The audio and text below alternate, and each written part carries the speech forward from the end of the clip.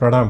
જૈન દર્શન એ ખૂબ અનુપમ, અજોડ અને સર્વવ્યાપી કોમ્પ્રિહેન્સિવ છે અને ખાસ કરીને જ્યારે એના તત્વ અને તત્વના રહસ્યો ઉપર આપણે વિચાર કરીએ તો દરેક વર્ગના લોક એટલે કે યુવાન, મધ્યસ્થ અને પ્રૌઢ અને દરેક સ્થિતિમાં financial, social, family, mental, spiritual બધા આસ્પેક્ટ્સને કવર કરવા માટે અનેક ચાવીઓ એ તત્વ અને તત્વ દર્શનમાં રહેલી છે. પણ વોટ ઇઝ મિસિંગ એટલે એક સીએ તરીકે બે આસ્પેક્ટ્સ પર હું વાત કરીશ. એક કે આજે આ તત્વની જે રીતે ફેલાવો થવો જોઈએ થતો દેખાતો નથી અને રિટર્ન ઓન ઇન્વેસ્ટમેન્ટ એટલે તમે એવું ઇન્વેસ્ટમેન્ટ કરો કે જેનાથી દૂરગામી પરિણામ, દૂરગામી ફાયદા દેખાય. તો તત્વની પ્રરૂપણા જો આજના બહોળા વર્ગને થશે તો એનાથી દરેકના પોતાના આંતરિક જીવન અને સર્વાંગી વિકાસ માટે એના જેવું અનુપમ માર્ગ બીજો કોઈ નથી.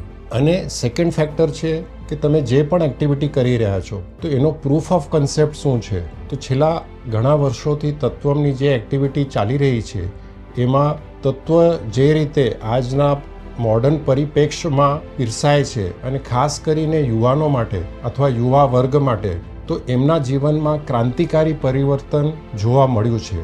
ઘણા યુવાનો છે કે જે લોકોએ પોતાના જીવનને આખા ડિફરન્ટ લેવલ પર એ લોકો લઈ ચૂક્યા છે. આવો નક્કર જ્યારે પ્રૂફ ઓફ કન્સેપ્ટ આપણી સામે છે તો તત્વમ સંકુલ અને તત્વમની જે એક્ટિવિટી છે એ એક્ટિવિટી આ બંને અપેક્ષાએ strong return of investment and strong proof of concept. As a chartered accountant I feel કે આવા પ્રકલ્પો સમાજને દૂરગામી એટલે ફાઉન્ડેશનલ ચેન્જ લાવવા માટે બહુ જ ઉપયોગી અને જરૂરી રહેશે. આ તક જો આપણે ચૂકી જશું તો કદાચ આવનાર જનરેશન આપણને પ્રશ્ન કરશે કે આપણી પાસે આટલી સારી વિરાસત છે અધ્યાત્મ અને ધર્મની, એ વિરાસતથી અમને તમે કેમ વંચિત રાખ્યા. એટલે આપણી બધાની ફરજ થાય છે કે આ પ્રકલ્પને આપણો માનસિક, ફિનાન્શિયલ અને સર્વાંગી સપોર્ટ આપણે આપીએ.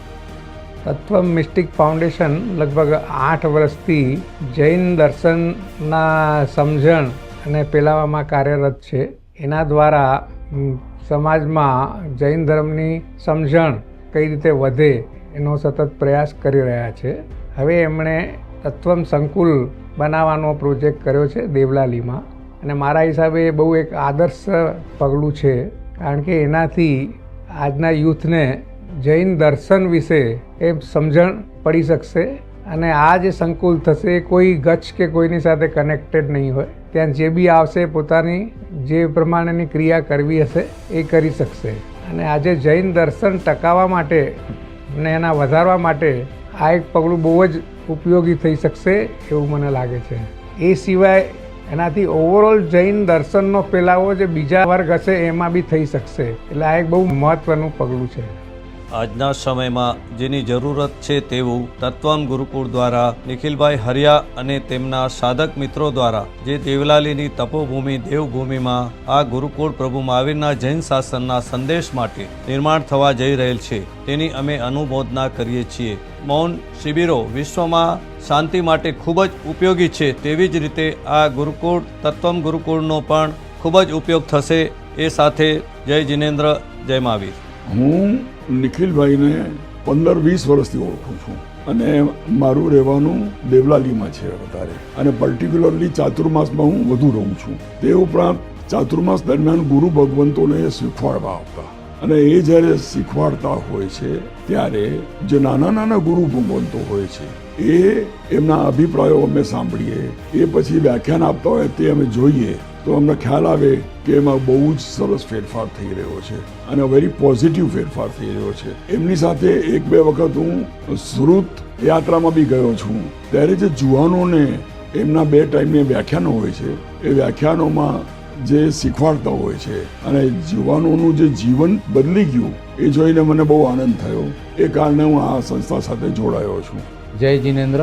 આઈ am the person from education field. ઘણી એજ્યુકેશનમાં ઘણી સંસ્થાઓમાં છું કે આજે જે આપણા સંસારમાં જે આપણને તકલીફો આવે છે એ because of lack of education. કહેવત છે કે એક ઘરમાં એક માણસ કે એક છોકરો કે એક વ્યક્તિ ભણેલી હોય ને તો એ ઘરને ઓલવેઝ હંમેશા સરસમાં સરસ અજવાળું મળે છે અને સારા પંથે એ આગળ આખું કુટુંબ વધે છે.